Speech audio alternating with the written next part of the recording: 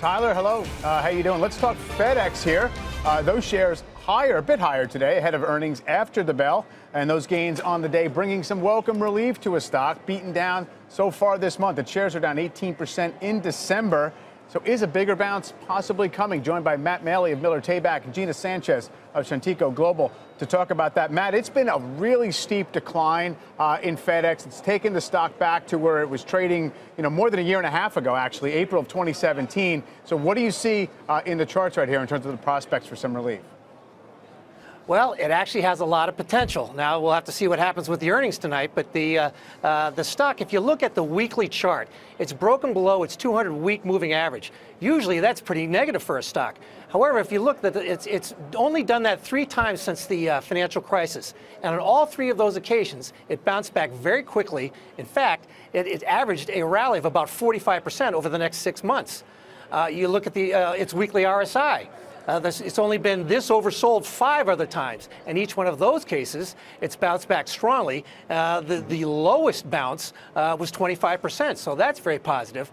And then you look at the sell-off that we've had from its highs of a year and a half ago. The stock has retraced exactly a Fibonacci 38.2% of that rally, so that should provide good support. So if we can get some good earnings, or especially some good guidance, or even in-line guidance, this oversold condition should be able to lead to a nice bounce here.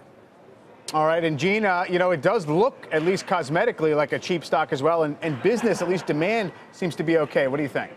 You read my mind. I mean, it's trading at 11 times earnings. It's not like it's terribly expensive.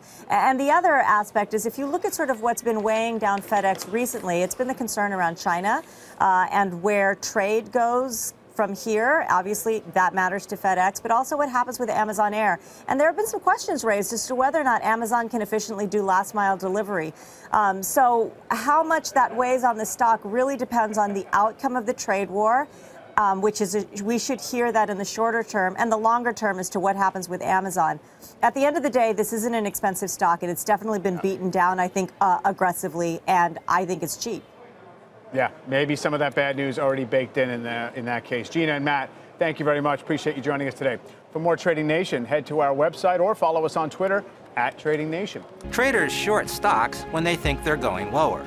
The number of shares sold short is called short interest. Short interest is often used to gauge market sentiment. A rising short interest can mean investors are becoming more bearish on a company. However, when short interest reaches extreme levels, it can often be a contrary indicator, because traders are often forced to buy back their short stock, and that can drive the stock much higher.